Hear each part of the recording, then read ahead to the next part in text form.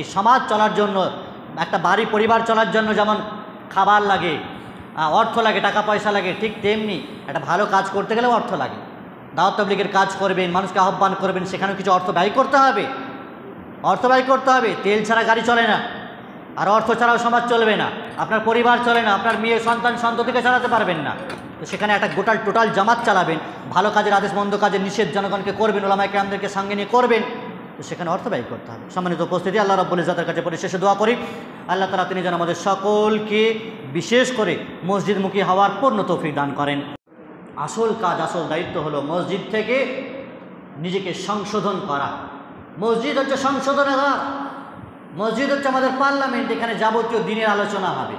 সমাজ সোসাইটি পরিবর্তন সংশোধন করতে গেলে কি প্রয়োজন আছে তার আলোচনা এখানে হবে, কার মধ্যে কি ভুল ত্রুটি আছে তার সংশোধন এখানে হবে, বাইরে বাজারে ঘাটে নয়, এখানে হবে। খুতবার মাধ্যমে ইমাম সাহেব জনগণকে শুধরাবেন, পরিবর্তনের জোয়ার তাদের মাঝে তুলে ধরবেন, দিনের প্রতি আকর্ষণের জন্য উদ্বুদ্ধ প্ররোচনা করবেন। সম্মানিত উপস্থিতি,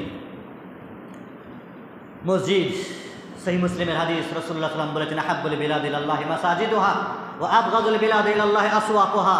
পৃথিবীর সর্বশ্রেষ্ঠ স্থান সেটি হলো আল্লাহর কাছে সবচাইতে প্রিয়তম স্থান হলো মসজিদ, আর সবচাইতে নিকৃষ্টতম স্থান পৃথিবীতে যদি কোনো স্থান থাকে, নোংরা জায়গা থাকে, তাহলে সেটি হলো বাজার। আসসালামু আলাইকুম ওয়া রাহমাতুল্লাহি ওয়া বারাকাতুহু।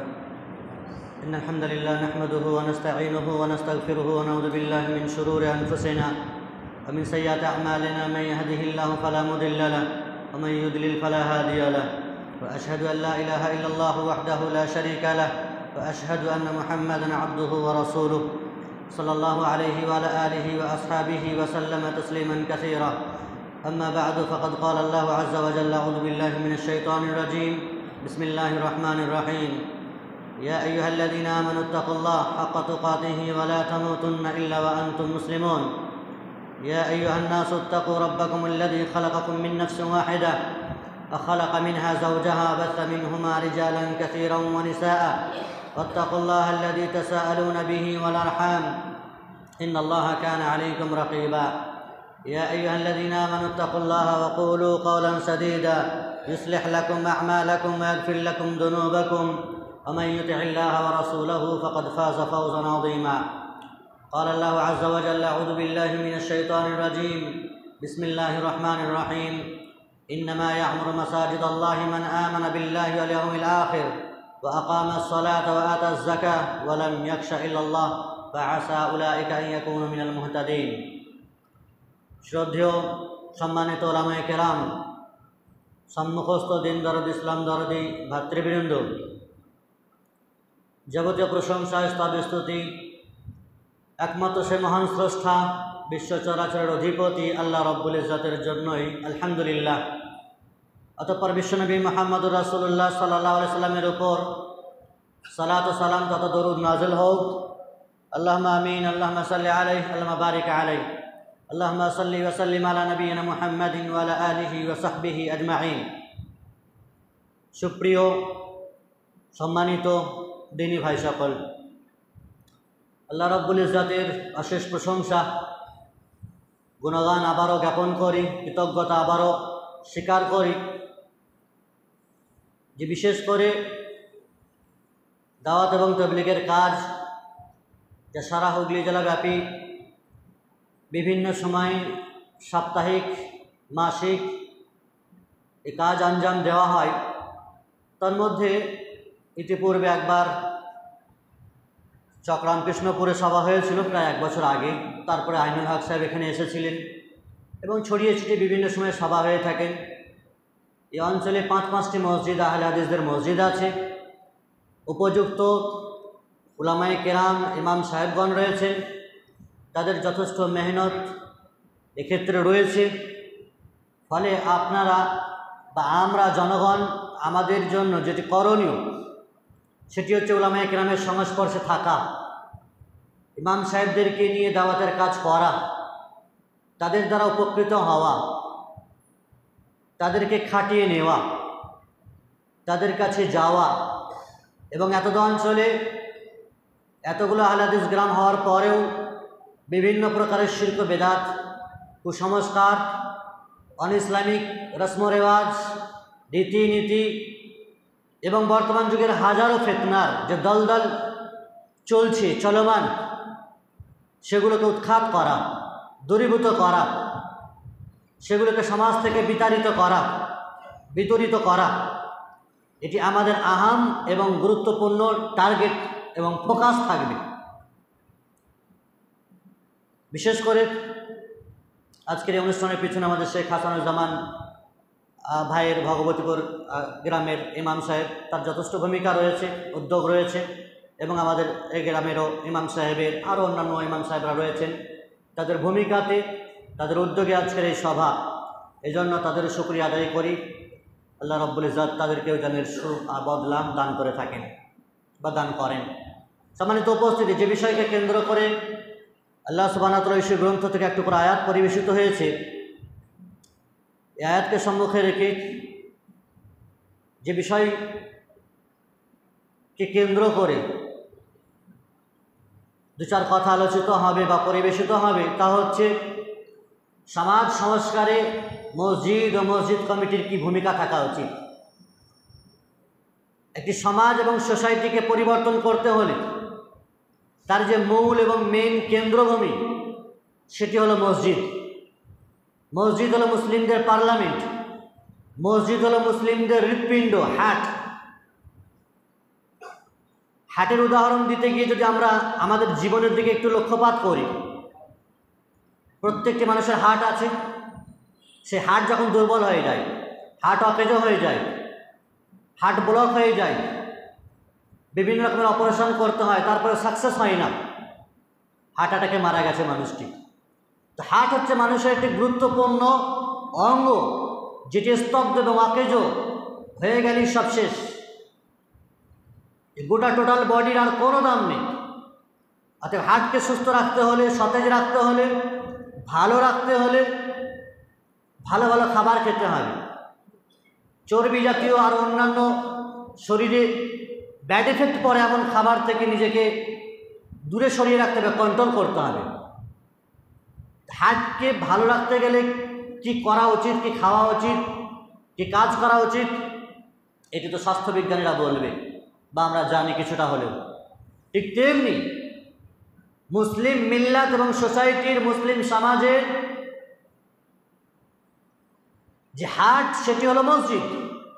যদি মসজিদ সুস্থ না থাকে, মসজিদ যদি সতেজ না থাকে, মসজিদের যদি অ্যাক্টিভিটিস না থাকে, মসজিদের যদি খেদমত না থাকে দিনের, মসজিদ থেকে যদি দিনই খেদমত দাওয়াতি কাজকর্ম না চলে, মসজিদ থেকে যদি জনগণ উপকৃত না হয়, মসজিদ যদি জনগণের খোরাক না মেটাতে পারে, মসজিদ যদি শিরক বিদআত দূরীকরণে অগ্রণী ভূমিকা না রাখতে পারে, তো এমন মসজিদ ওই হার্ট ব্লক হয়ে যাওয়ার মতো। এমন মসজিদ, রূপরেখা তো ঠিক আছে মসজিদের, কিন্তু হার্ট যেমন মানুষটা দেখে বোঝা যাবে না, হার্ট ব্লক হয়ে গেছে, মারা যাবে। ঠিক তেমনি মসজিদ তো আছে, কিন্তু সেই মসজিদ থেকে যদি দিনের এই ফর্মালিটিস কাজগুলো যদি পূর্ণ না হয়, তাহলে সেই মসজিদ মারা গেছে। সেই মসজিদ যা থেকে জনগণ কোনো উপকৃত হয় না, সেই মসজিদের কোনো দাম থাকে না। কারণ পূর্ব যুগে, আমি বলবো এক এক করে ইনশাআল্লাহুল আজিজ, মসজিদকে কীভাবে সাহাবায়ে কেরামরা ব্যবহার করেছেন, কীভাবে রাসূলুল্লাহ সাল্লাল্লাহু আলাইহি ওয়াসাল্লাম ব্যবহার করেছেন, কীভাবে আজও মক্কা মদিনা তথা সৌদি আরবের মানুষেরা মসজিদকে কীভাবে আজও ব্যবহার করেন, তার রূপরেখা তুলে ধরবো ইনশাআল্লাহুল আজিজ। সর্বপ্রথম আমরা জানবো যে মসজিদ কাকে বলে। মসজিদ কাকে বলে, মসজিদের ডেফিনেশন, সংজ্ঞা কি? আম মানুষ সেটাই উত্তর দেবে, মসজিদ যেটি ইট কাঠ দিয়ে বা রড সিমেন্ট একটা ঢালাই দিয়ে বেশ গোজ করে একটা ঘেরাবন্দি থাকবে, সেখানে আজান হবে আর নামাজ পড়বে, ব্যাস এতটুকু শুধুমাত্র মসজিদ। মসজিদ শব্দের অর্থ অবশ্যই সেজদা দেওয়ার জায়গা, এটা আরবি ইসমে জাফে মাকান বলা হয়, সেজদা দেওয়ার জায়গা। কিন্তু শুধুমাত্র সেজদা দেওয়াই হবে এখানে, এরই নাম মসজিদ, এমনটি কিন্তু কখনোই নয়। মসজিদ যেখানে আজানের সাথে সাথে, নামাজের সাথে সাথে, তসবিহ তাহলিল জিকির আজকারের সাথে সাথে, কোরআন তেলাওয়াত, কোরআন শেখানোর সাথে সাথে মানুষদেরকে তৌহিদের শিক্ষা দেওয়ার সাথে সাথে শিরক কুসংস্কার থেকে বিরত থাকার সাথে সাথে হাজার রকমের মসলা মাসাইল ফতোয়া ফারায়েজ দিয়ে জনগণকে একটি সঠিক দিক নির্দেশনা দিয়ে সঠিক প্ল্যাটফর্মে তাদেরকে বাঁচিয়ে রাখা, রুহের ইমানের খোরাক তাদেরকে দিয়ে জাহান্নাম থেকে বাঁচিয়ে জান্নাতে পুরস্কৃত করা যে স্থান থেকে হয় সেটাকে বলা হয় মসজিদ। কথা বুঝতে পারলাম? তাহলে মসজিদ মানে এই মেন্টালিটি না থাকে যে শুধুমাত্র আজান হবে, নামাজ পড়বো, কেটে পড়বো। মসজিদ শুধুমাত্র এর জন্য তৈরি হয়নি বা এটাকে শুধুমাত্র মসজিদ বলে না, তার পূর্ণ রূপরেখা সাহাবায়ে কেরামদের জীবনে আছে, সেটা ইনশাআল্লাহুল আজিজ আমরা আসছি। আল্লাহ রাব্বুল ইজ্জত মসজিদ শব্দটি পবিত্র কোরআনে 28 জায়গাতে ব্যবহার করেছেন। তার মধ্যে একটি গুরুত্বপূর্ণ জায়গায় মসজিদের ব্যবহার এভাবে এসেছে, ওয়া আন্নাল মাসাজিদা লিল্লাহ ফালা তাদউ মা আল্লাহি আহাদা। মসজিদ হচ্ছে আল্লাহ, ফলে এই মসজিদে আল্লাহ ছাড়া অন্য কারো নাম স্মরণ করা হবে না, আল্লাহ ছাড়া অন্য কাউকে ডাকা বা আহ্বান করা হবে না। মসজিদ আল্লাহর জন্য তৈরি হয়।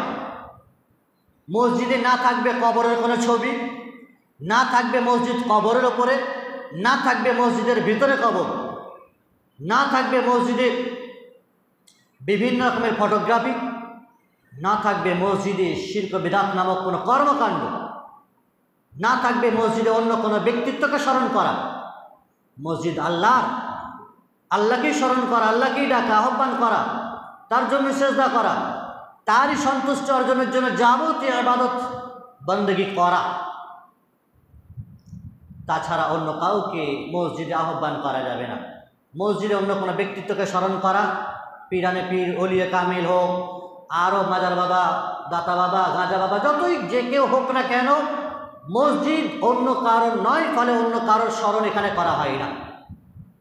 মসজিদ কোনো রাজনীতিবিদদের নয়, মসজিদ কোনো পার্টিবাজিদের নয়, মসজিদ কোনো সন্ত্রাসীদের নয়, মসজিদে কোনো রকমের গুন্ডাগার্দি, দাদাগিরি, চাঁদাবাজি, জুলুমবাজি চলে না। মসজিদ হচ্ছে পাক পবিত্র স্থান, আল্লাহর ঘর। কিন্তু দুঃখজনক হলে এটা বাস্তব এবং তিক্ত অভিজ্ঞতা, সত্য, এটা অস্বীকার করতে পারবেন না। আজকের যুগের মসজিদগুলো এক শ্রেণীর রাজনৈতিক নেতাদের মুঠোয়, হাতে, ফলে মসজিদকে নিয়েও রাজনীতি খেলা খেলতে এরা পিছপা হয়নি। মসজিদও আজ, মাদ্রাসায় আজ রাজনীতির শিকার। এখানেও দলাদলি, এক পক্ষ আরেক পক্ষকে নিয়ে পদ, ক্ষমতা, নিজের ইজ্জত আরও বিষয় নিয়ে দলাদলি, আর নিজেদের মাঝে মনোমালিন্য মসজিদ নিয়েও তৈরি হয়েছে। মসজিদ আল্লাহ, যারা এই ঘরের সেবা করতে পারবে, এই ঘরের আমানত রক্ষা করতে পারবে, তারা এর পূর্ণ দায়িত্ব নেবে। বাকি যারা এর আমানত রক্ষা করতে পারবে না, এর ফায়দা উঠাতে পারবে না, এই থেকে জনগণকে ভালো মেসেজ দিতে পারবে না, অথচ তারা মসজিদ নিয়ে রাজনীতি খেলবে, এটা কখনো জায়েজ নয়। রাজনীতির ময়দান হাজারো পরে আছে, পার্টি অফিস বাইরে হাজারো আছে, মসজিদে কমসে কম রাজনীতি খেলেন না। মুসলিম, কমসে কম তোমরা তোমাদের এই পবিত্র স্থানগুলোকে দাগদার আর বদনাম করিও না, বদনাম করিও না। একমাত্র সুরক্ষিত এবং সর্বশ্রেষ্ঠ এবং সুন্দর পৃথিবীর কোনো জায়গা যদি থাকে, পাক ও পবিত্র জায়গা থাকে, তাহলে সেটা হলো মসজিদ, আল্লাহর ঘর।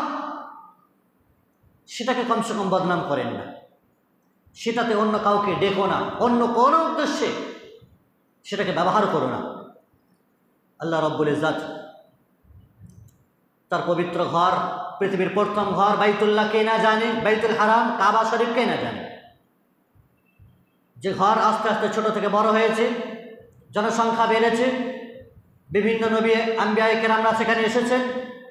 বাইতুল্লাহ আজ আমাদের চোখের সামনে, মসজিদে নববী আজ আমাদের চোখের সামনে। এই দুটি মসজিদ, যে হারামাইন শরীফাইন, এই দুটি মসজিদ গোটা বিশ্বের সকল মসজিদের জন্য, বিশ্বের সকল মুসলিমদের জন্য এটি মডেল। যেই দুটি মসজিদ থেকে কি কাজ করা হচ্ছে, যে রাসূল সাল্লাল্লাহু আলাইহি ওয়াসাল্লাম মক্কা ভূমিতে তিনি জন্মগ্রহণ করলেন, তার বাসস্থান, তার জন্মভূমি। 40 বছর বয়সে নবী হওয়ার পরে 13 বছর থাকলেন, লুকিয়ে চুরিয়ে দাওয়াতের কাজ করতে থাকলেন। ষড়যন্ত্র আঁটা হলো কাফের মুশরিকদের পক্ষ থেকে, যে রাসূল সাল্লামকে মারতে হবে, তাকে বিদায় করতে হবে এখান থেকে। নবী আলাইহিস সালাতু ওয়াস সালাম আবু বকর রাদিয়াল্লাহু তাআলা আনহুকে সাথী সঙ্গী একমাত্র তিনি সেই সময় তাকে সাথে নিয়ে বেরিয়ে পড়লেন। মক্কা ভূমি ছেড়ে, নিজের জন্মভূমি ছেড়ে মদিনার পথে পা বাড়ালেন। কিছুদিন গারে সওর নামক পাহাড় গর্তেতে ছিলেন 3 দিন যাবৎ। এটি মক্কার ভেতরেই, মক্কা থেকে কিছুটা দূরে। আমরা মদিনার জীবনে পড়াশোনাকালীন গারে সওরে উঠেছি, প্রায় খারো পাহাড় 4-5 কিলোমিটার। সেখানে রাসূলুল্লাহ সাল্লাল্লাহু আলাইহি ওয়াসাল্লাম 2-3 দিন ছিলেন, যাতে করে কাফের মুশরিকরা বুঝতে না পারে। সেখানেও মুশরিকেরা পৌঁছে গেছে। আবু বকর রাদিয়াল্লাহু তাআলা ভীত সন্ত্রস্ত হয়েছেন যে আল্লাহর নবী সাল্লাল্লাহু আলাইহি ওয়াসাল্লাম যদি কাফের এবং মুশরিকরা তারা তাদের পায়ের দিকে তাকায় তাহলে আমাদেরকে দেখে ফেলবে। লাউ নাযারা ইলা তাহতি কাদামাই লা আবসারানা। সেই সময় রাসূলুল্লাহ সাল্লাল্লাহু আলাইহি ওয়াসাল্লাম বলেছেন, আবু বকর কেন চিন্তা করছো? লা তাখাফিন্নাল্লাহ মা'ানা, ভয় খেও না, আল্লাহ আমাদের সাথে আছে। যাদের তৃতীয় আল্লাহ আছেন তাদের আবার কিসের ভয়? রাসূলুল্লাহ সাল্লাল্লাহু আলাইহি ওয়াসাল্লামকে তারা আটকাতে পারেনি, মারতে পারেনি। তিনি মদিনায় চলে গেলেন। সম্মানিত উপস্থিতি, মক্কার যে ইতিহাস, কাবা যে ঘর, মুসলিমদের প্রথম ঘর, ইবাদতের ঘর, যে ঘর সম্পর্কে আল্লাহ রাব্বুল ইজ্জত পবিত্র কোরআনে সূরা আল ইমরানে বলেছেন, ইন্না আউওয়ালা বাইতিন উদিয়া লিন-নাস লাল্লাযী বিবাক্কাতা মুবারাকান ওয়া হুদাল লিল আলামিন। এই ঘর, প্রথম ঘর যেটি মানুষের জন্য তৈরি করা হলো, যেটি মক্কাতে রয়েছে, যেটি সারা বিশ্বের মানুষের জন্য দিক নির্দেশনার একটি গুরুত্বপূর্ণ স্থান, যাতে মানুষের নিরাপত্তা রয়েছে, যাতে মানুষের জন্য হেদায়েতের বিষয় রয়েছে। এই জন্য মক্কা, কাবা, বাইতুল্লাহ হচ্ছে সকল মুসলিমদের জন্য মডেল। মক্কাতে কি হয়, কাবা শরীফে কি হয়, বাইতুল্লাহতে কি হয়। যারা হজ এবং উমরা করতে গেছেন অথবা কর্মসূত্রে যারা সৌদি আরব গেছে তারা জানে বাইতুল্লাহ শুধুমাত্র নামাজ, আজান হবে আর নামাজ পড়বে, এটাই শুধু কাজ নয়, বরং কাবার ভিতরে বিভিন্ন পিলারে ইমাম সাহেব তথা আইম্মায়ে কেরাম রয়েছেন, উলামায়ে কেরাম রয়েছেন। বিভিন্ন ভাষাতে সেখানে দার্স হয়, বক্তব্য হয়, বাংলাতে, কোনো জায়গাতে উর্দুতে, আরবিতে, ইংরাজিতে, বিভিন্ন ভাষাতে মসজিদ বাইতুল্লাহতে দার্স হয়, কোরআন শেখানো হয়। যারা বহির্বিশ্ব থেকে হজ অথবা উমরা করতে গেছেন তাদেরকে কোরআন শেখানোর ব্যবস্থা সেখানে করা হয়। বিভিন্ন বই পুস্তক ছোট ছোট সেগুলো মুখস্থ করানো হয়। এটা হলো বাইতুল্লাহ, যেখান থেকে রাসূলুল্লাহ সাল্লাল্লাহু আলাইহি সাল্লামের এই কার্যকলাপ চালু ছিল। পরবর্তীতে তিনি যখন মদিনায় এলেন, মদিনায় মসজিদে নববীর যে ব্যবহার আমরা 4 বছরের জীবনীতে খুব ভালো করে দেখেছি। প্রতিনিয়ত মসজিদে নববীতে মাগরিব এবং এশার নামাজ পড়তাম। তো মসজিদে নববীর যে খেদমত, শুধুমাত্র আমাদের মতো আজান হতো আর নামাজ পড়তো আর মানুষ কেটে পড়তো এমনটি নয়। মসজিদে নববীর প্রতিটি ফরজ সালাতের পরে, সুন্নতের পরে পরে দার্স হয়, আরবিতে, বাংলাতে, উর্দুতে, ইন্দোনেশি ভাষাতে, আফ্রিকি ভাষাতে, মোটামুটি এই ভাষাগুলিতে সেখানে দার্স হয়, জনগণ উপস্থিত হয়। এবং মসজিদে নববী শুধুমাত্র একটি মসজিদ নয়, সেটা একটি প্রতিষ্ঠান, ইনস্টিটিউশন। সেখানে কোরআন শেখানো হয়, হিফজ করানো হয়, ছোট ছোট আরবি বই পুস্তক তৌহিদের মুখস্থ করানো হয়, সার্টিফিকেট দেওয়া হয়। এখন অনলাইনেও সেগুলো হচ্ছে। আমাদের মাদ্রাসার ছেলেরা অনেকে অনলাইনেও যুক্ত হয়ে সেগুলো অনলাইনে শোনায় আর সার্টিফিকেটও পায়। তো মসজিদে নববীর এই কাজ এবং মসজিদে নববীর চাতালের অনেক ছাত্রদের ডিউটি রয়েছে মদিনা ইউনিভার্সিটির, যারা হাজিদেরকে, উমরাকারীদেরকে ধরে ধরে শেখাবে, বোঝাবে, তৌহিদের কথা বোঝাবে, শিরক থেকে বিরত রাখবে। যে রাসূলুল্লাহ সাল্লাল্লাহু আলাইহি ওয়াসাল্লামের কবরের কাছে গিয়ে সেখানে চুমু খেতে হয় না, শুধুমাত্র সেখানে গিয়ে সালাম করতে হয়, সেখানে কোনো রকমের আতর ছুঁড়তে হয় না, সেখানে কোনো রকমের মাটি বা রওজার পাশে বা মদিনার মাটি নিয়ে বাড়িতে আসবো, বরকত মনে করব, এই ভুল এবং ভ্রান্ত আকীদার অপনোদন করা হয়।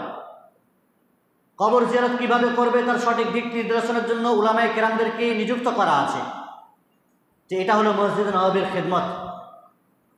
কেউ যদি রাসূলুল্লাহ সাল্লাল্লাহু আলাইহি ওয়াসাল্লামের কবরের সামনে দাঁড়িয়ে দোয়া করে, হাত তুলে, সেটাও নিষেধ করা হয়। কারণ মসজিদে নববীতে যদি কোনো মানুষ এই ধরনের কার্যকলাপ করে আর কেউ বাধা না দেয়, তাহলে বহির্বিশ্বের জন্য এটা দলিল হয়ে যাবে। ওই তো মক্কাতে দেখে এলাম, মদিনাতে দেখে এলাম, এই হচ্ছে তাই হচ্ছে। সম্মানিত উপস্থিতি, কিন্তু আমাদের দেশের হাজারো মসজিদ যা শিরকের আখড়া, কবরের ওপর মসজিদ, মসজিদে কবরের ছবি কলকাতার বুকেই রয়েছে। যখন মৌলানা আজাদ কলেজে পড়তাম, বেকার গভর্নমেন্ট হোস্টেলের পাশেই মসজিদ রয়েছে, সেই মসজিদে কবরের ছবি এবং কি মসজিদ কবরের উপরে। এমন মসজিদে নামাজ হবে না, এটা শিরকের আখড়া, এটা আল্লাহকে ডাকা হচ্ছেই না। আল্লাহ যে বললেন যে মসজিদ তাকে ছাড়ানো কাউকে ডাকবে না, তাহলে অন্য একজন ব্যক্তির কবর, অন্য একজন ব্যক্তির কবরের ছবি রেখে কাকে ডাকছে মানুষ? কাকে ডাকছে?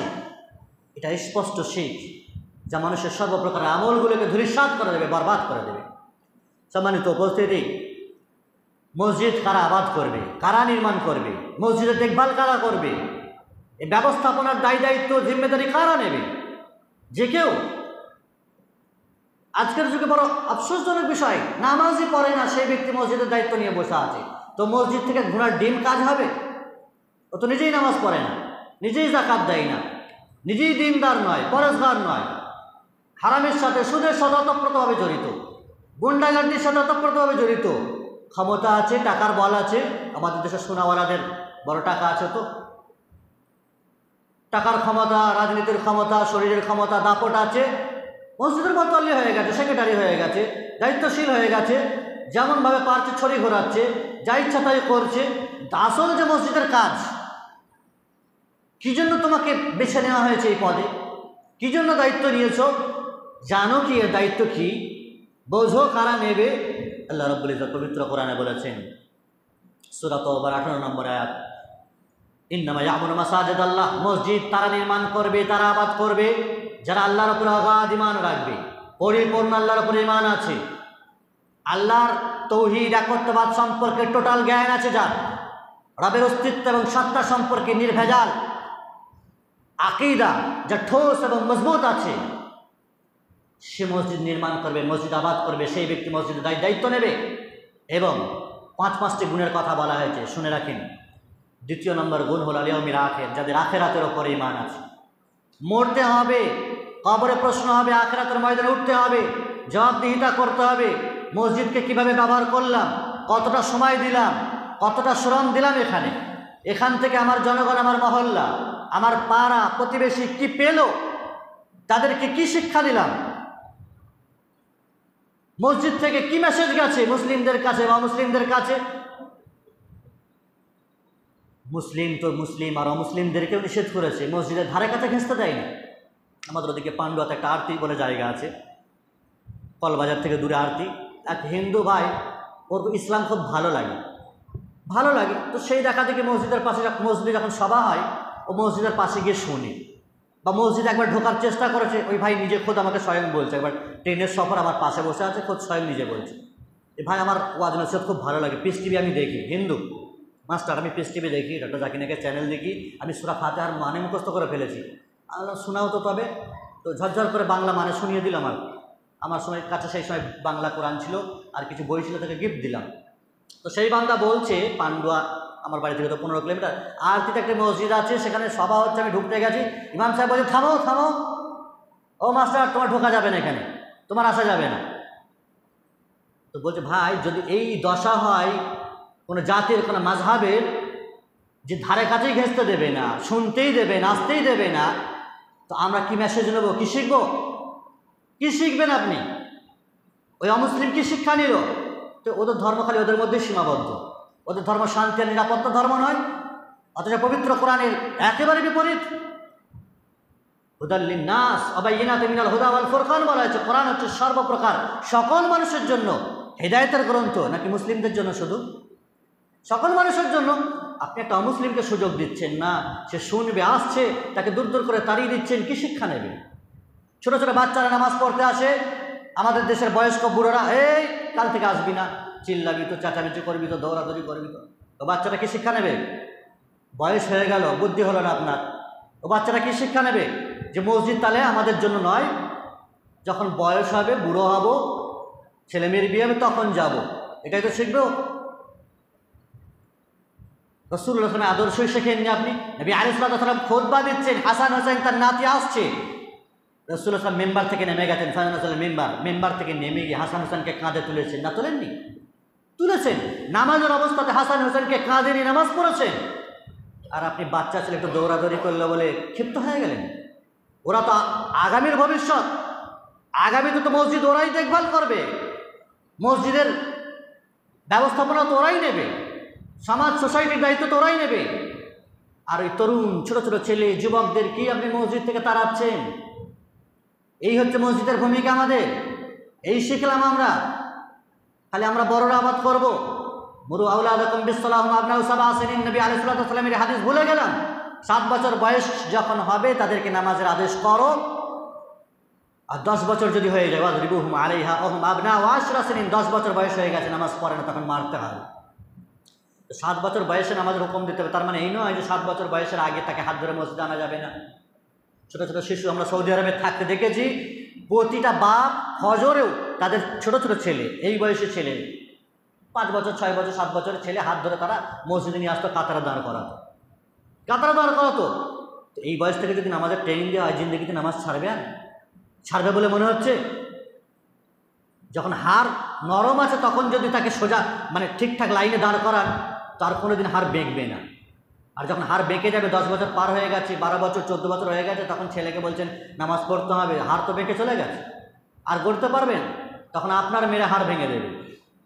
এই জন্য বয়স থাকতে যদি আপনি আপনার সন্তানকে না করতে পারেন, মসজিদমুখী না করতে পারেন, মসজিদে দাঁড় না করাতে পারেন, মক্তব শিক্ষাকে উন্নত মানের না করতে পারেন, শিশু শিক্ষাকে যদি উন্নত মানের না করতে পারেন, শিশুদেরকে মসজিদের প্রতি ভালোবাসা, কোরআন শেখানো, হাদিস মুখস্থ করা, কুইজ প্রতিযোগিতা করা, তৌহিদ শিরকের বিভিন্ন বিষয় নিয়ে প্রতিযোগিতা করা, কম্পিটিশন করার এই ব্যবস্থাপনা যদি মসজিদ কমিটি এই উদ্যোগ আর এই ব্যবস্থাপনা না নেয়,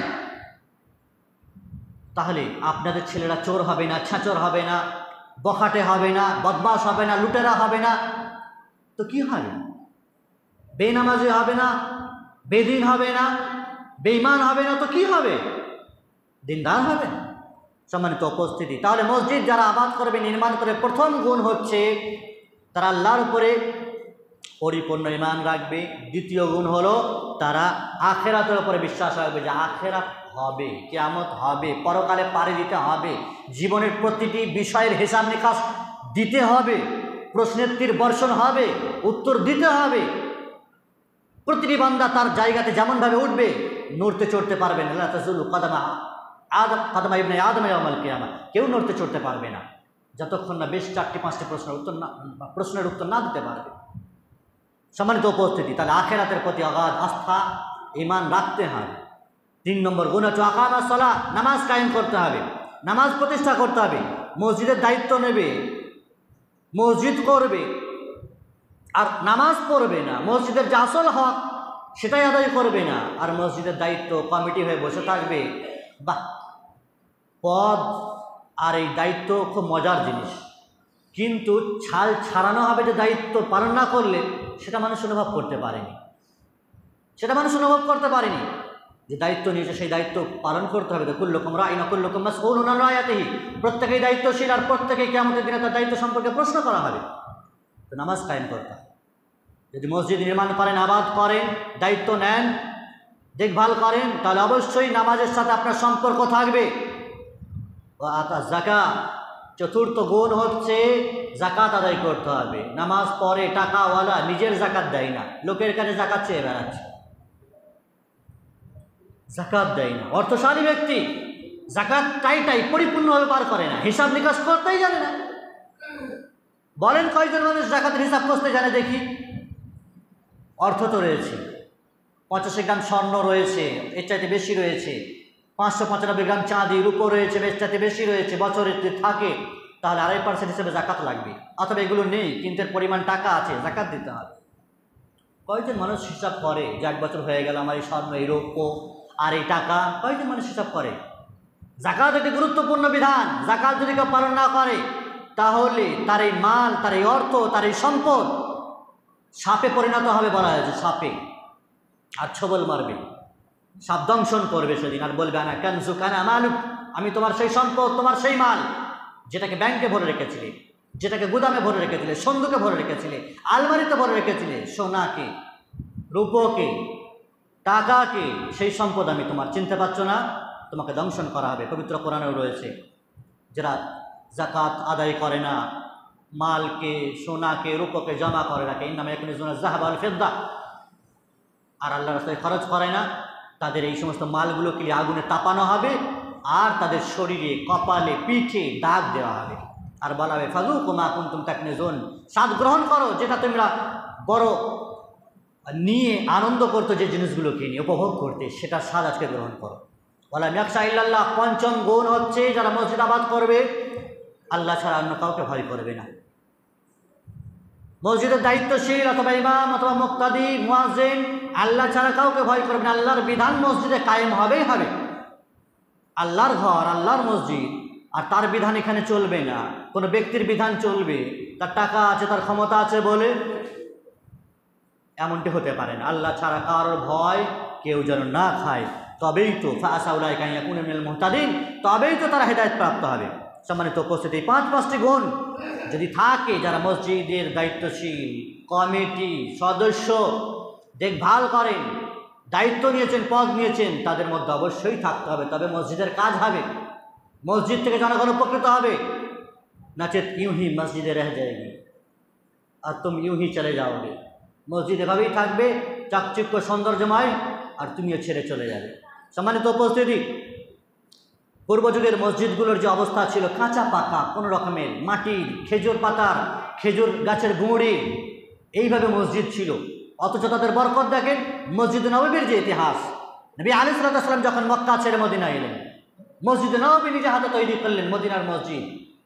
সেই কাঁচা মসজিদ আজকে তার আয়তন জানেন, তার ক্ষেত্রফল জানেন, বৃহৎ আকারে মসজিদ তৈরি হয়েছে। আজ মসজিদ নববীর চাতাল এলাকা বৃহৎ, সেই মসজিদের बरकत। पहले ज़माने में मस्जिदें थी कच्ची तो नमाजी थे पक्के, और आज के इस दौर में मस्जिदें है पक्की तो नमाजी है कच्चे। पूर्व जुगे मस्जिद काँचा छिलो किन्तु नामाजी पक्का छिलो। नामाज ছাড়া তারা বুঝতেন না, আযান হবে নামাজ পড়বেন না। মুসলমান আর নামাজ পড়বে না, এটা ধারণার বাইরে ছিল সাহাবায়ে কেরামদের। আর আজকের যুগে মসজিদ তো পাকা হয়েছে, টাইলস, মার্বেল, অটোমেটিক, বিভিন্ন লাইটিং আর সাজসজ্জা আর বিভিন্ন রকমের জাঁকজমকপূর্ণ করা হয়েছে মসজিদকে, কিন্তু নামাজি কাঁচা, নামাজি পাকা নেই। মসজিদ পাকা হয়েছে কিন্তু নামাজি পাকা হয়নি। তেমন মসজিদ থেকে লাভ হবে, আসল তো আমার ইবাদত, আসল তো আমার ইবাদত বন্দেগী। মসজিদ কাঁচা করলেন কি পাকা করলেন সেটা তো আল্লাহ দেখবেন না। তবে অবশ্যই যুগের দাবি, সেটা মানুষ করতে পারে, এতে কোনো বাধা নেই। আসল কাজ, আসল দায়িত্ব হলো মসজিদ থেকে নিজেকে সংশোধন করা। মসজিদ হচ্ছে সংশোধনাগার, মসজিদ হচ্ছে আমাদের পার্লামেন্ট, এখানে যাবতীয় দিনের আলোচনা হবে। সমাজ, সোসাইটি পরিবর্তন, সংশোধন করতে গেলে কি প্রয়োজন আছে তার আলোচনা এখানে হবে, কার মধ্যে কি ভুল ত্রুটি আছে তার সংশোধন এখানে হবে। বাইরে বাজারে ঘাটে নয়, এখানে হবে। খুতবার মাধ্যমে ইমাম সাহেব জনগণকে শুধরাবেন, পরিবর্তনের জোয়ার তাদের মাঝে তুলে ধরবেন, দিনের প্রতি আকর্ষণের জন্য উদ্বুদ্ধ প্ররোচনা করবেন। সম্মানিত উপস্থিতি, মসজিদ, সহিহ মুসলিমের হাদিস, রাসূলুল্লাহ সাল্লাল্লাহু আলাইহি ওয়াসাল্লাম বলেছেন, আহাব্বুল বিলাদি ইলাল্লাহি মাসাজিদুহা ওয়া আবগাদুল বিলাদি ইলাল্লাহি আসওয়াকুহা। পৃথিবীর সর্বশ্রেষ্ঠ স্থান সেটি হলো আল্লাহর কাছে সবচেয়ে প্রিয়তম স্থান হলো মসজিদ, আর সবচাইতে নিকৃষ্টতম স্থান পৃথিবীতে যদি কোনো স্থান থাকে, নোংরা জায়গা থাকে, তাহলে সেটি হলো বাজার। বাজার, দুঃখজনক হলো এটি সত্য যে আজকের সর্বশ্রেষ্ঠ এবং উন্নত মানের স্থান আমাদের কাছে বাজার হয়েছে, আর মসজিদ হয়েছে আমাদের কাছে নিকৃষ্টতম স্থান। মুখে বলেন আপনি, কাজেই তো আপনার প্রমাণ করে।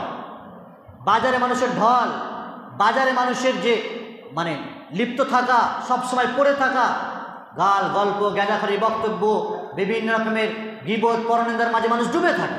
কাজ নেই তো খৈবাজ বাজারে পড়ে আছে, দোকানে পড়ে আছে, যেটি সর্বনিকৃষ্ট স্থান বলেছেন রাসূলুল্লাহ সাল্লাল্লাহু আলাইহি ওয়াসাল্লাম। আপনার কাজ আছে, প্রয়োজন আছে, বাজারে যাবেন, কাজ সারবেন, বাড়ি ফিরবেন, ফিতনা থেকে বাঁচবেন। বর্তমান ফিতনা তো প্রত্যেকটি বাজারের দোকানগুলি। মসজিদ সর্বশ্রেষ্ঠ স্থান, আল্লাহর কাছে সবচেয়ে প্রিয়তম স্থান, আর সেই স্থানকে মানুষ কীভাবে ব্যবহার করছে? আজান হয়ে যাচ্ছে, নামাজ হয়ে যাচ্ছে, মানুষের কোনো ভ্রুক্ষেপ নেই, কোনো আফসোস নেই। এক ওয়াক্ত নামাজ চলে গেল, আজানের পর আজান, নামাজের পর নামাজ চলে যাচ্ছে, কোনো আফসোস নেই মানুষের কাছে। কি জবাব দেবে মানুষ? কিয়ামতের কাঠগড়ায় প্রথম প্রশ্ন হবে, আউয়াল মা ইউহাসাবু বিহি আল আবদু ইয়াউমাল কিয়ামাতিস সালাহ। কিয়ামতের কাঠগড়ায় প্রথম প্রশ্ন, বান্দা নামাজ আছে?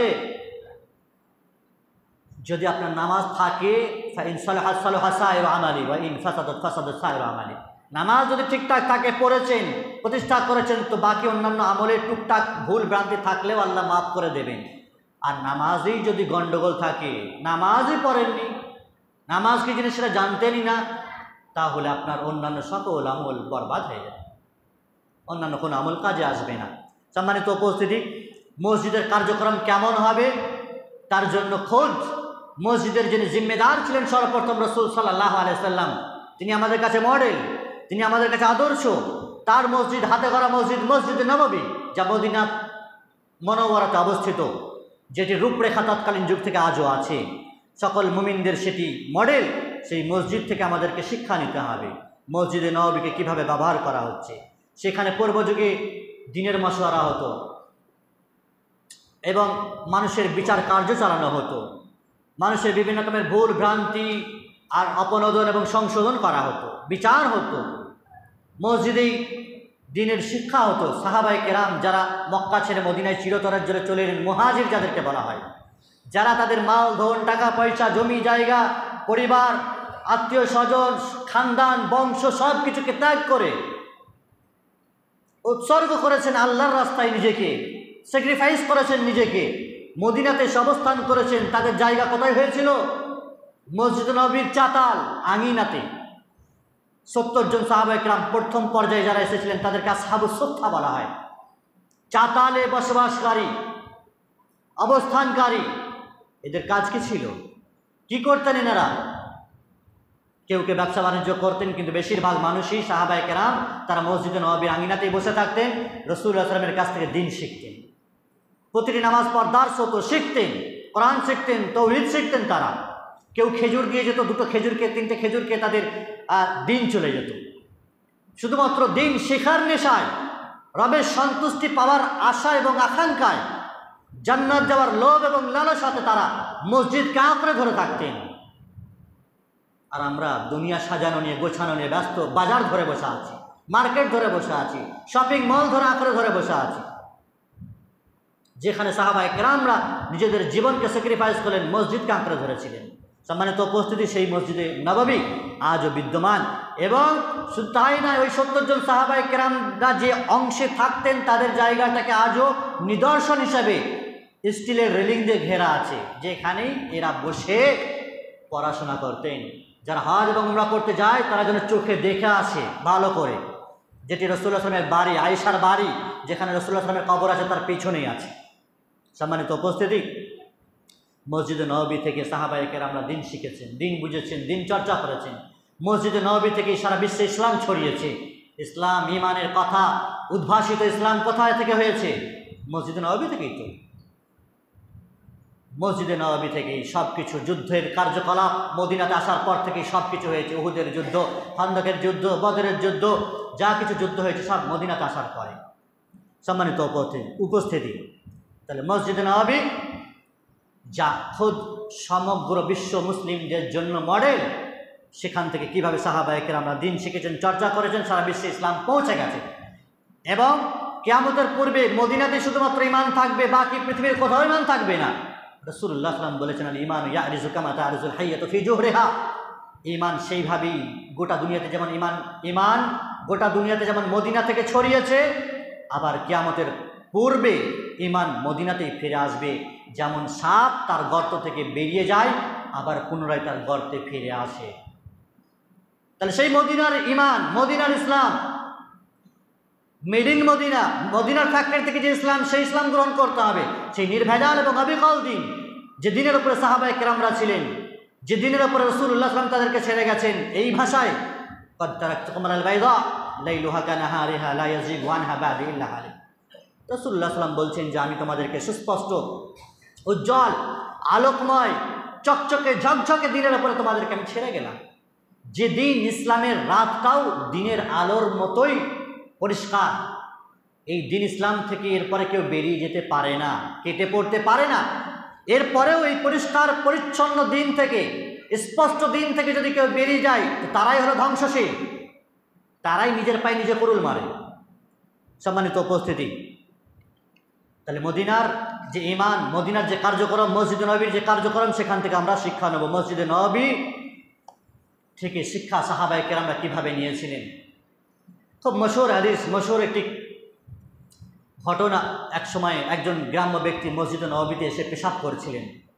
সাহাবায়ে কেরামরা পেশাব করা দেখা অবস্থায় বরং ক্ষিপ্ত হয়ে গেলেন, রাগান্বিত হয়ে গেলেন, মারবেন এমন উপক্রম যে মসজিদে নববীতে পেশাব করছে। রাসূলুল্লাহ সাল্লাল্লাহু আলাইহি ওয়াসাল্লাম সাহাবায়ে কেরামের এই মেজাজ আর এই মেন্টালিটি দেখার পরে বললেন, থামো থামো, তোমরা একটু থামো, আবেগকে একটু কন্ট্রোল করো, রাগকে কন্ট্রোল করো, ওকে পেশাব করতে দাও ভালো করে। মানুষটা ভালো করে পেশাব করা হয়ে গেল। রাসূলুল্লাহ সাল্লাল্লাহু আলাইহি ওয়াসাল্লাম তাকে ডাকলেন, বোঝালেন, সাহাবায়ে কেরামদেরকে বলেন পানি নিয়ে এসো আর পানি দিয়ে এটাকে পরিষ্কার করে দাও। তুমি যদি পেশাব করা অবস্থায় মানুষটাকে, ওই মানুষটার উপরে কোনো টর্চার করতে বা বকতে বকাঝকা করতে, তাহলে মানুষটার পেশাব অর্ধেক দাঁড়িয়ে যেত, সেপ্টিক হতো, আরও কিছু রোগ হতো, ক্যান্সারে পরিণত হতে পারতো, মানুষটা মারা যাবে, শারীরিক রোগ হবে। এবং ইসলামের সুমহান নিদর্শন যে একটি অমুসলিমের সাথেও কি আদব, কি কালচার, কি ব্যবহার করতে হয়, সেটা রাসূলুল্লাহ সাল্লাল্লাহু আলাইহি ওয়াসাল্লাম দেখালেন যে ইসলাম হলো এরকম সুন্দর ধর্ম যে অমুসলিমদের সাথেও ভালো ব্যবহার করে। যারা জানে না তাদেরকে জানান, আগে ও যে জানান এখানটা পেশাব করতে নেই, এটা ভালো জায়গা, ও জানে না, ওকে আগে জানাতে হবে, মেসেজ পৌঁছাতে হবে। আপনি তার আগে ওর ওপরে মারতে শুরু করেছেন। যুদ্ধের ময়দানের ক্ষেত্রেও, যুদ্ধ যখন করতে যাওয়া হয়, রাসূলুল্লাহ সাল্লাল্লাহু আলাইহি ওয়াসাল্লামের এই নির্দেশ ছিল আগে লা ইলাহা ইল্লাল্লাহ দাওয়াত পৌঁছাতে হবে, তৌহিদের দাওয়াত আগে পৌঁছান। যদি কবুল করে তো আর মারতে পারবেন তাকে না, না কবুল করলে মারবেন।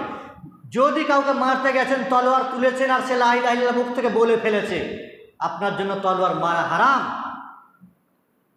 একজন সাহাবী একবার মিস্টেক করে বসলেন, একজন ব্যক্তিকে মারতে গেলেন আর লা ইলাহা ইল্লাল্লাহ বলে ফেললো, তারপরেও তিনি তার তলোয়ারকে চালিয়ে দিলেন, লোকটা মারা গেল। রাসূলুল্লাহ সাল্লাল্লাহু আলাইহি ওয়াসাল্লামের দরবারে টেবিলে যখন এই কথা এলো, জিজ্ঞাসা করা হলো কেন মারলে তুমি? তখন সেই সাহাবী বলছেন, আল্লাহ নবী সাল্লাল্লাহু আলাইহি ওয়াসাল্লাম ও মৃত্যুর ভয়ে, ওকে মারতে গেছে, ভয়ে লা ইলাহা ইল্লাল্লাহ বলেছে। নবী আলাইহিস সালাতু ওয়াস সালাম সেই সাহাবীকে বকলেন, ফাহাল্লা শাফাকতা আন কালবিহি, তুমি কি কলজে ফেরে দেখেছিলে মৃত্যুর ভয়ে ও লা ইলাহা ইল্লাল্লাহ করেছে? ওর কালব অন্তর ফেরে কি দেখলে যে লা ইলাহা ইল্লাল্লাহ ও মৃত্যুর ভয়ে বলেছে কি আল্লাহর ভয়ে বলেছে? তুমি তো অন্তরের মালিক নও, ও বলেছে মানেই তোমার জন্য তলোয়ার চালানো হারাম। এখনো কিসের ভয়ে বলেছে তার বিচার আল্লাহর কাছে, ওয়া হিসাবুহুম আলাল্লাহ। তুমি ওর অন্তর ফেরে দেখোনি। সম্মানিত উপস্থিতি, এটি হলো ইসলামের গুরুত্বপূর্ণ বিষয় যে লা ইলাহা ইল্লাল্লাহর দাওয়াত দেওয়া, মানুষের সাথে আদব ব্যবহার খুব সুন্দরভাবে করা। সম্মানিত উপস্থিতি, মসজিদের ক্ষেত্রে যে কথা আমরা বলছিলাম, মসজিদ আজকের যুগে আমরা তার চাকচিক্যের পেছনে পড়ে আছি, সেটাকে সাজাতে হবে, গোছাতে হবে, কিন্তু আসলেই যে সমাজের সংস্কার, দাওয়াতের কাজ, সমাজ কল্যাণের কাজ, এই কাজগুলোর জন্য আমরা আমাদের কর্তৃপক্ষরা কী দায়িত্ব নিয়েছে, কী কর্মসূচি হাতে নিয়েছে, তাদের কী প্ল্যান আছে, মসজিদের যে কর্মসূচির দায়িত্বগুলো আমরা নিয়ে বসে আছি সেগুলো কীভাবে আমরা ব্যবহার করেছি। মসজিদ শুধুমাত্র সৌন্দর্য বৃদ্ধি করার জন্য, চাকচিক্য করা আর গর্ব করা, অহংকার করা, এটি কিয়ামতের একটি আলামত। সুনান নাসাইতে বর্ণিত, নবী আলাইহিস সালাতু ওয়াস সালাম তিনি বলেছেন, লা তাকুমুস সাআহ হাত্তা ইয়াতাবাহান নাসু ফিল মসজিদ, কিয়ামত ততক্ষণ পর্যন্ত কায়েম হবে না যতক্ষণ পর্যন্ত মানুষ তাদের মসজিদগুলো নিয়ে গর্ব অহংকার না করবে। আমাদের মসজিদটা দেখেছিস, 3 তলা করেছি, টাইলস আর মার্বেল দিয়ে ঝাঁ চকচকে করেছি, লাইটিং দেখেছো, নামাজ পড়লে কি গেলেই জান ভরে যাবে, ইমান ভরুক না ভরুক দেখে মনটা ভরে যাবে, চোখটা জুড়িয়ে যাবে। প্রিয় ভাই আমার, অথচ মসজিদে নামাজ পড়ে না, মসজিদে দাওয়াতের কাজ করে না, মসজিদ থেকে নিজেকে সংশোধন হবে এই মানসিকতাই নেই, মসজিদ নিয়ে ফখর করবে, এটি কিয়ামতের আলামত। সম্মানিত উপস্থিতি, তাহলে মসজিদ আমাদেরকে ব্যবহার করতে হবে সেইভাবে যেভাবে ব্যবহার করেছেন সাহাবায়ে কেরামরা, নবীরা, রসুলেরা। মসজিদ পরিচালনার ক্ষেত্রে আমাদের ঈমান, আকীদা মজবুত হবে, তাওহীদ মজবুত হবে, নামাজ আমরা কন্টিনিউ করব, আমরা যাকাত আদায় করব, আর আল্লাহকে ভয় করব, আল্লাহ ছাড়া অন্য কাউকে ভয় করব না। মসজিদের ক্ষেত্রে মসজিদ থেকে যে দাওয়াতি কাজগুলো আমরা আঞ্জাম দেব, বিশেষ করে একজন ইমাম হিসেবে, অ্যাজ এ ইমাম হিসেবে আমাদের অনেক কর্তব্য থাকে। একজন ইমাম হিসেবে তিনি মসজিদ ভিত্তিক দাওয়াতি কাজকর্ম চালাবেন, খুতবার মাধ্যমে হতে পারে, কোনো একটি ওয়াক্তের নামাজের পরে হতে পারে, বা যে কোনো সময় জনগণকে নিয়ে হতে পারে। তিনি সর্বপ্রথম মানুষের আমল বিশুদ্ধ হবে, আকীদা বিশুদ্ধ হবে, এই দিকে বেশি জোর দেবেন। তৌহিদের প্রতি বেশি জোর দেবেন, শিরক মুক্ত জীবনযাপনের ট্রেনিং প্রশিক্ষণ দেবেন, প্রকৃত সুন্নাত অনুকরণে উদ্বুদ্ধ করবেন জনগণকে, এবং শান্তি সৌহার্দ্যপূর্ণ সমাজ গঠনের চেষ্টা করবেন। মিলেমিশে থাকতে হবে। শত্রু দুশ্মন বন্ধু যা যা আছে, বাইরে আছো তুমি, দুশ্মন শত্রুতা করো, কিন্তু মসজিদে নয়। মসজিদে কাতারে কাতারে পা দেওয়া, পায়ে পা মিলিয়ে থাকা, কাঁধে কাঁধ মিলিয়ে থাকার যে একটি নিদর্শন, এবং এটি যে একটি গুরুত্বপূর্ণ মেসেজ, কিসের? যে শত্রুতা আর হিংসা যা কিছু আছে, দুশ্মনী যা আছে বাইরে আছে, কিন্তু ভেতরে নেই। এখানে সবাই পায়ে পায়ে দিয়ে দাঁড়াতে হবে। কিছু কিছু কিছু মানুষের কাছে দাওয়াত তাবলীগের কথা বলতে গেলে, নামাজের কথা বলতে গেলে বলে কার পাশে দাঁড়াবো? কেন? কেউ মানুষ নয় নাকি? যারা নামাজ পড়ে সব কি অমানুষ যে কার পাশে তুমি দাঁড়াবে? জানাজার সময় বলবে না তো কার কাঁধে চড়ে যাব? বলবে? পৃথিবীর সব জায়গাতে চলতে পারবে, আর নামাজের ক্ষেত্রে বাহানা। তখন বলে কার পাশে দাঁড়াবো? বলে এখন কাপড় ঠিক নেই, এসব করে পানি নিইনি। কেন? পশুরা তো জানে না কী করে পানি নিতে হবে, পরিষ্কার পরিচ্ছন্নতা হবে, তাহারতের বিষয় তারা তো জানে না। তুমি তো মানুষ, আল্লাহ তো মানুষ হিসেবে সৃষ্টি করেছেন, উত্তম মানুষ হিসেবে সৃষ্টি করেছেন। উলামারা তো তোমার চোখে আঙুল দিয়ে দেখিয়ে দিয়েছে। কোনো একজন মহান বিজ্ঞানী কথা বলেছেন, লাউলাল উলামা লাকানা নাসুল বাহাইম, যদি উলামায়ে কেরামরা না থাকতো তাহলে মানুষ চতুষ্পদ জন্তুর মতো হতো। উলামায়ে কেরামরা চোখে আঙুল দিয়ে দেখিয়ে দিয়েছেন নবজাতক শিশু জন্ম হওয়ার পর থেকে কী কী কাজ আছে। আকিকা করতে হবে, সুন্দর নাম রাখতে হবে, তারপরে আস্তে আস্তে বড় হলে পেশাব পায়খানা, বাচ্চারা পেশাব করলে কি পানি ছেটাতে হবে না পানি দিয়ে ধুতে হবে, বড় হয়ে পেশাব করলে কিভাবে পানি নেবে, ইস্তেঞ্জা করবে, পাক পবিত্রতা হাসিল করবে, উজু করবে, কে শিখিয়েছে? কে? ওলামায়ে কেরামরা তো, আলেমেরাই তো। তো আলেমরা যদি না থাকতো মানুষ চতুষ্পদ জন্তুর মতো হতো। পেশাব করতো, পানি নিতে হবে কীভাবে জানতো না, পেশাব পায়খানা করতো কীভাবে শৌচকার্য করবে সে বুঝতো না, কি বলে স্বামী স্ত্রী সহবাস করবে, ফরজ গোসল কীভাবে করতে হবে সে তরিকাও জানতো না। নাপাক দেহ নিয়ে, নাপাক শরীর নিয়ে, নাপাক হয়ে, নাপাকি হয়ে, হারাম কাজে লিপ্ত হয়ে, হারামি হয়ে ঘুরে বেড়াতো। উলামারা তাদেরকে মানুষ করেছে, উলামারা তাদেরকে শিখিয়েছে মানুষ হতে গেলে এইভাবে পবিত্রতা অর্জন করতে হয়, পরিষ্কার পরিচ্ছন্ন এভাবে থাকতে হয়। সম্মানিত উপস্থিতি, তাহলে ইমাম সাহেব হিসেবে, একজন ইমাম হিসেবে জনগণকে এবং কি বলে সুন্দর সমাজ গঠনের জন্য তাগিদ দেবেন। তাদেরকে মসজিদে এক কাতারে দাঁড় হওয়া, ভেদাভেদ ভুলে গিয়ে একই সাথে দাঁড় হওয়ার ক্ষেত্রে উদ্বুদ্ধ করবেন। উর্দু কবি বলেছেন, নামাজে যে একসাথে আমরা দাঁড় হই এবং সোজা দাঁড় হয়, তাই না, লাইন সোজা, এটাতে একটা গুরুত্বপূর্ণ মেসেজ যে তোমাকে সোজা হয়ে দাঁড়াতে হবে। আগে ইসলামের প্রতিটি নিয়ম আছে, যদি নামাজেই সোজা হয়ে না দাঁড়াতে পারো, ট্যাঁড়া হয়ে দাঁড়াও, পা কোন দিকে, পিঠ কোন দিকে, আগে পেছু, তো দুনিয়া তার কোথায় সোজা হয়ে দাঁড়াবে রে ভাই? এটাতে যদি না পারো সোজা হয়ে দাঁড়াতে, দুনিয়ার সব জায়গাতেই ডাকা হবে। এখন হালাল হারাম তো রয়েছে, দাঁড়াও, ওগুলো তো আসছে। এটাই যদি সোজা হয়ে না দাঁড়াতে পারার কথা পারবে?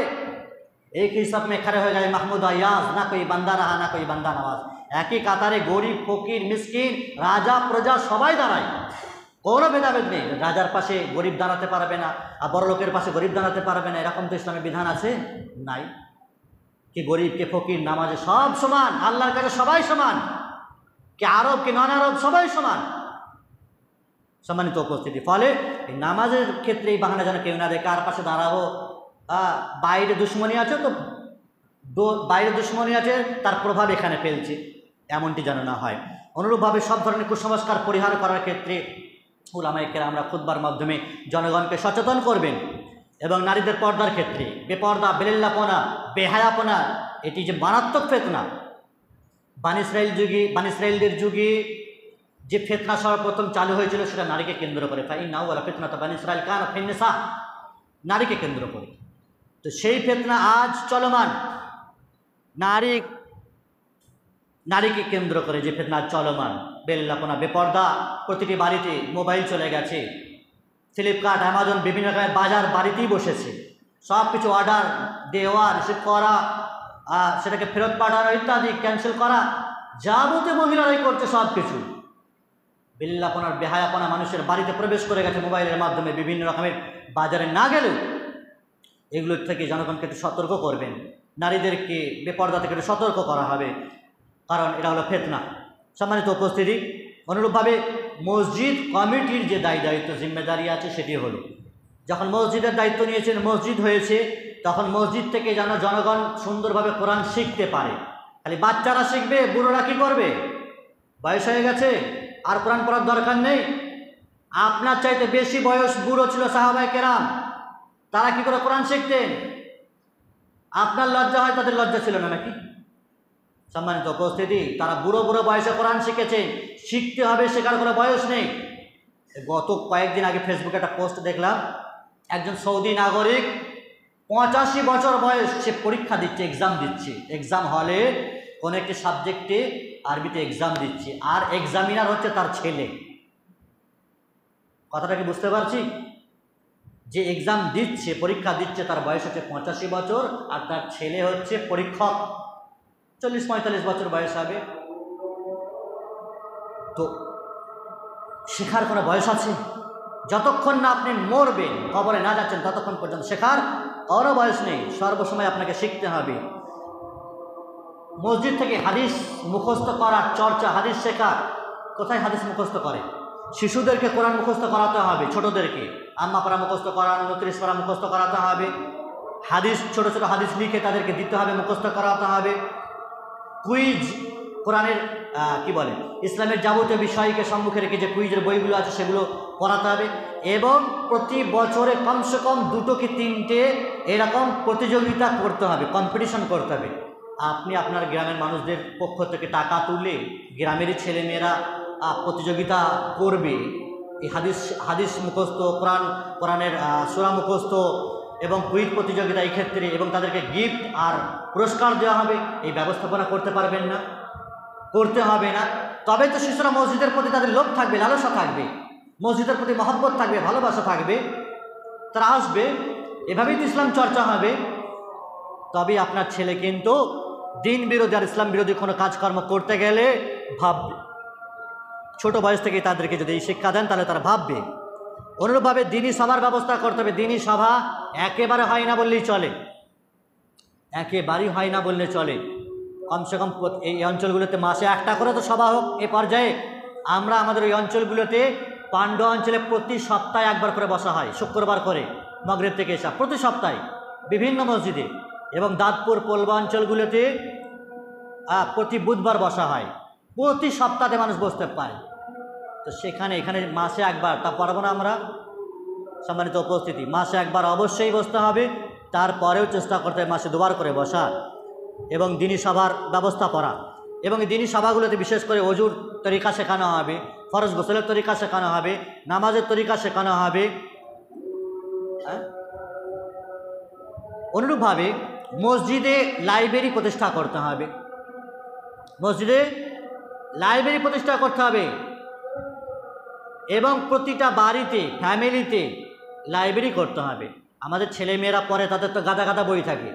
এখনকার দিনে মানে একেবারে যারা শিশু আর নার্সারিতে পড়ে, তাই না, কেজি 1 কেজি 2 পড়ে, তাদেরই 8টা 10টা করে বই। বড় ক্লাস হলে আরও কত বই। তো ইসলামিক বই আছে আপনার বাড়িতে? আছে আমাদের বাড়িতে। তৌহিদের বই, সালাতের বই, আরও কিছুর বই আছে।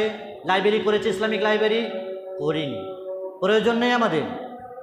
মসজিদে লাইব্রেরি আছে, করিনি এখনো পর্যন্ত, করবো ইনশাল্লাহ। প্রতিটা মসজিদে লাইব্রেরি করতে হবে, ইসলামিক বই পুস্তক রাখতে হবে, জনগণ সেখান থেকে পড়বে, উপকৃত হবে। যে জাতির লাইব্রেরি নেই সেই জাতি মারা গেছে, মরে গেছে, মৃতপ্রায় তারা।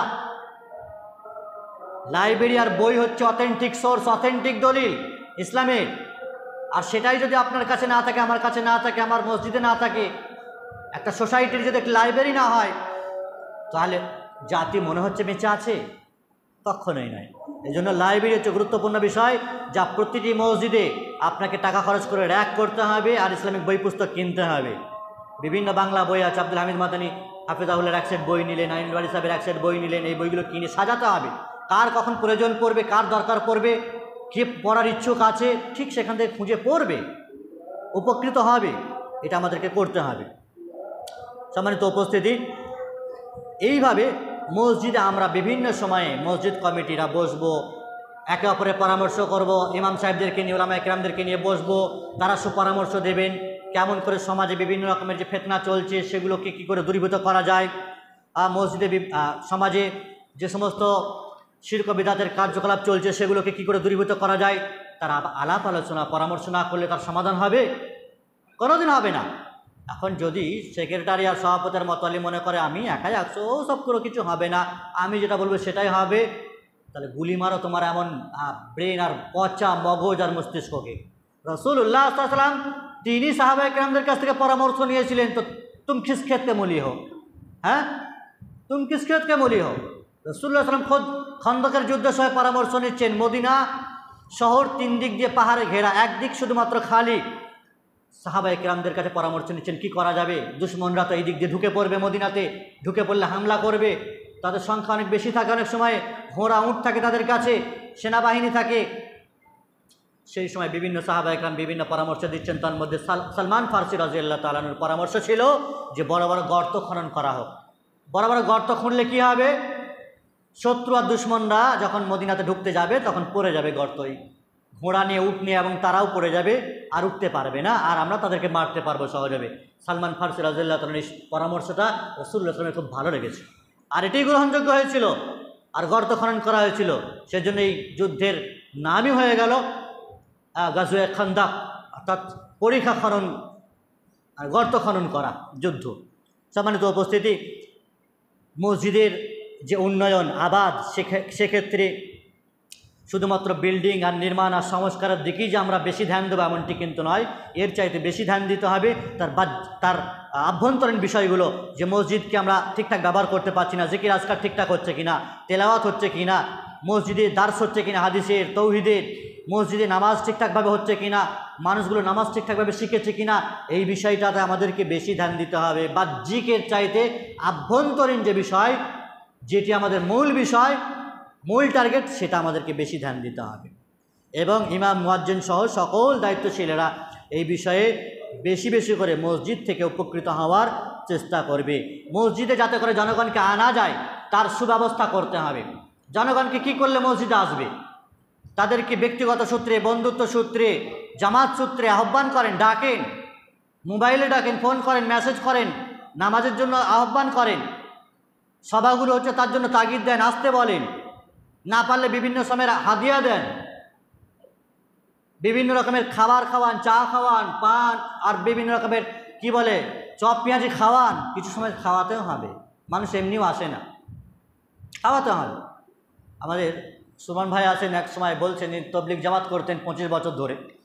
তো বর্তমানে কোনো একটা মসজিদে গেছেন, তো মসজিদের ইমাম সাহেব ঢুকতে দেবেন না। মসজিদের ইমাম সাহেব দেখিয়ে ওদেরকে বলছেন ওই সব মালপত্র বাইরে রাখবে, মসজিদেও সব চলবে না, তবলিগ দাওয়াত চলবে না। তো উনি বলছেন যে মসজিদের বাইরেই রাখলাম ব্যাগপত্রগুলোকে, রাখার পরে ইমাম সাহেবকে গিয়ে আসসালামু আলাইকুম, ইমাম সাহেব কেমন আছেন, যে একটা আতর বার করলাম, একটু ঘষে দিলাম ইমাম সাহেবকে, দেখেন এটা খুব সুন্দর আতর, এটা আপনার জন্য ইমাম সাহেব রাখেন। তো আতর ঘষে দেওয়া আর আতরটা দেওয়াতে ইমাম সাহেব বলেন আচ্ছা ঠিক আছে, ব্যাগটা ওই ভেতরে রাখবে, কিন্তু কোণে রাখবে।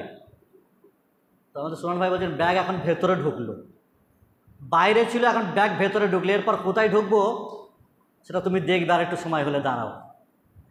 তো এই জন্য কিছু কিছু সময় জনগণকে মসজিদমুখী করতে হলে, দাওয়াতমুখী করতে গেলে একটু আতর লাগাতে হবে, একটু খাবার দিতে হবে, তার যে খোরাক আছে, চাহিদা আছে, সেটা বোঝেন, সেই চাহিদা মাঝে মধ্যে পূরণ করতে হবে, তাহলে আসবে ইনশাল্লাহ। আমাদের হুগলি জেলার মানুষ সব বিচক্ষণ মানুষ, বোঝে কিভাবে আনা যায় জনগণকে, তাদের কিভাবে সেবা করা যায়, বা কী করলে মসজিদে আসবে, সভাতে দাওয়াতে শরীক হবে বেশি বেশি করে, সে বিষয়ে আমরা অভিজ্ঞতা রাখছি। আকেল মন্দুকেল ইশারাহি কাফি হ্যাঁ, যথেষ্ট। তো সেই রকম ব্যবস্থাপনা আমাদেরকে সময় বিশেষে করতে হবে। সম্মানিত উপস্থিত, ছেড়ে দিন কি মিনিট স্যার। তাহলে মসজিদ থেকে বিশেষ করে এই দাওয়াতি কার্যকলাপ, দাওয়াতি কাজ আমাদের চলমান হতে হবে। দাওয়াতের কাজ ছাড়া কোনো জাতি বেঁচে থাকতে পারে না। দাওয়াতের কাজ এটি ফরজ কাজ। আমরা বিল মারুফ নাহি আনিল মুনকার, সৌদি আরবে একটি টিম আছে, ফলে এটি একটি কমিটি আছে।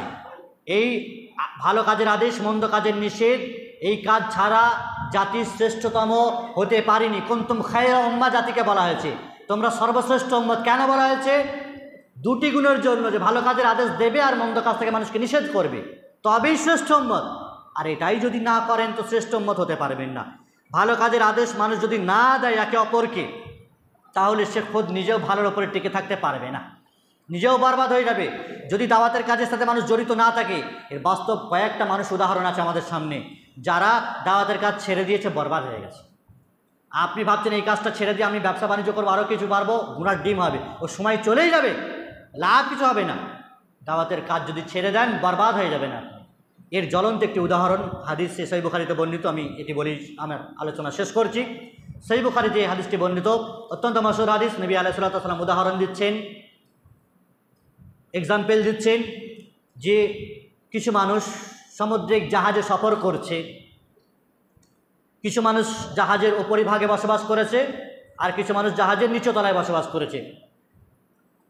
ওপর নিচে আছে জাহাজের, স্টিমারের, লঞ্চের। তো নিচতলার মানুষের যখন পানির পিপাসা লাগে, পানির প্রয়োজন পড়ে, তখন উপরতলায় পানি রাখা আছে, উপরতলায় গিয়ে পানি পান করে। তো উপরতলার মানুষের খুব মাথা ব্যথা হয়, নিচের তলার মানুষেরা বারবার ডিস্টার্ব করতে আসছে, উপরতলায় আসছে পানি নিতে, উপরতলার মানুষের খুব কষ্ট হচ্ছে।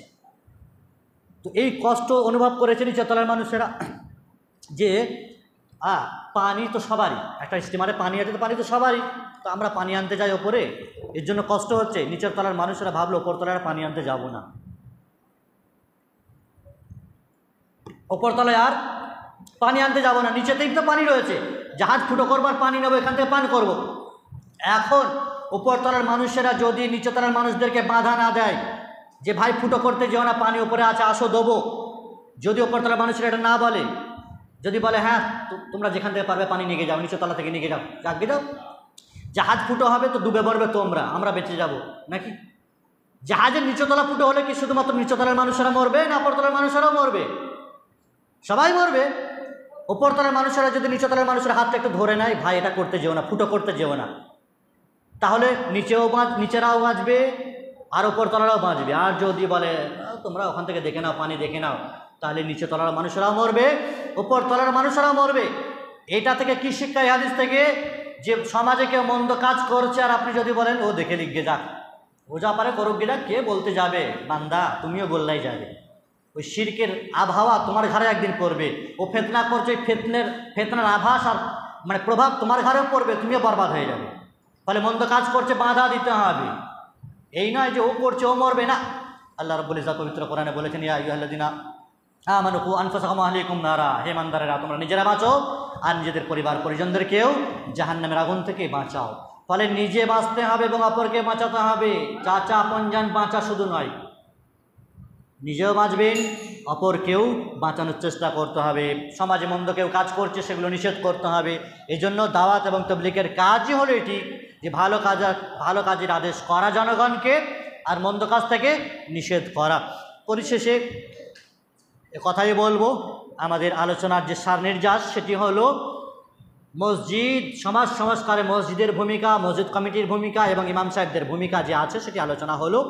মসজিদ কমিটিদেরকে আরও তৎপর হতে হবে, অগ্রণী ভূমিকা নিতে হবে, আরও অ্যাক্টিভ হতে হবে, যেখান থেকে যেন আমার সমাজটা পরিবর্তন হয়, আমার মহল্লার মানুষেরা যেন দিনদার পরেশগার হয়, হারাম কাজকর্ম ছেড়ে দেয়, বেলিলাপনা বেদিন মানে যেন চলে যায়, ঘুচে যায়, বেহায়াপনা এগুলো যেন চলে যায়, সবাই যেন নামাজ পড়তে পারে, দিন রক্ষা করতে পারি, দিনের চর্চার মধ্যে থাকতে পারি, শরীয়ত বিরোধী কার্যকলাপ যেন না করি, এটা যেন আমাদের উদ্যোগ হয়, আমাদের মসজিদ কমিটির বিশেষ করে, এবং জনগণ তার সাপোর্ট করবে, সাহায্য সহযোগিতা করবে। এই নয় ড্রাইভার একাই গাড়ি চালাচ্ছে আর হেল্পার কোনো সাহায্য করে না, বড় বড় লরি আর ডাম্পারগুলো চড়ে, শুধুমাত্র ড্রাইভার একা চালায়, ওই একাতেই চলবে না? হেল্পার থাকে, তার পাশে থাকে হেল্পার, বাসের কন্ট্রাক্টর থাকে, হেল্পার থাকে, ড্রাইভার শুধু মজবুত আছে আর হেল্পার নেই, ও বাস চলবে না, চলতে পারে না।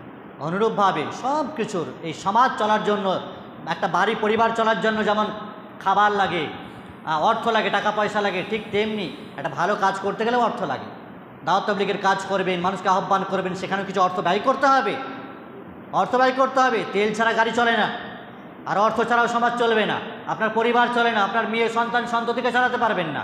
তো সেখানে একটা টোটাল জামাত চালাবেন, ভালো কাজের আদেশ মন্দ কাজের নিষেধ জনগণকে করবেন, ওলামায়ে কেরামদেরকে সঙ্গে নিয়ে করবেন, তো সেখানে অর্থ ব্যয় করতে হবে। সম্মানিত উপস্থিতি, আল্লাহ রাব্বুল ইজ্জাতের কাছে পরিশেষে দোয়া করি আল্লাহ তাআলা তিনি যেন আমাদের সকলকে বিশেষ করে মসজিদমুখী হওয়ার পূর্ণ তৌফিক দান করেন, মসজিদকে আঁকড়ে ধরে থাকার তৌফিক দান করেন। ফিতনার যুগে বাজার থেকে এড়িয়ে যেন মসজিদমুখী হয়, মসজিদকে আঁকড়ে ধরি, মসজিদের সাথে ভালোবাসা, নামাজের সাথে ভালোবাসা যেন পূর্ণভাবে আমাদের জমে যায়।